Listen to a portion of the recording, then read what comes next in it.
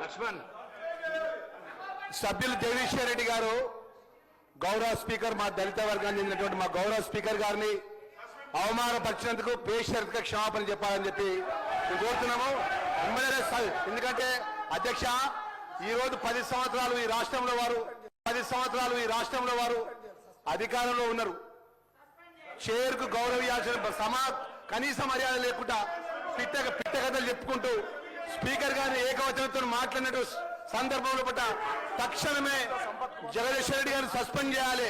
గతంలో జరిగిన సభలో మా యొక్క సంపత్ కుమార్ సభ్యుడు పేపర్ ఇట్లా పైకి ఎసిరేసినందుకే ఆయనకు శాశ్వతంగా సభ్యత్వం రద్దు చేసే విధంగా సస్పెండ్ చేసిన అధ్యక్ష జగదీశ్వర్ రెడ్డి గారు తక్షణమే సస్పెండ్ చేయాలని చెప్పి మిమ్మల్ని కోరుతున్నాం అధ్యక్ష. దళితులపై జరిగినటువంటి అవమానాన్ని యావత్ దళిత జాతికి క్షమాపణ చెప్పాలి. మొదటి నుంచి కూడా టీఆర్ఎస్ ప్రభుత్వం దళితుల మీద చిన్న చూపు, దళిత వర్గాల చిన్న చూపు, చైర్ మీద చిన్న చూపు. ఈ రోజు జగదీశ్వర్ రెడ్డి గారు మాట్లాడిన మాట విషయం తక్షణమే ఆయన సస్పెండ్ చేయాలని చెప్పి డిమాండ్ చేస్తున్నాం అధ్యక్ష.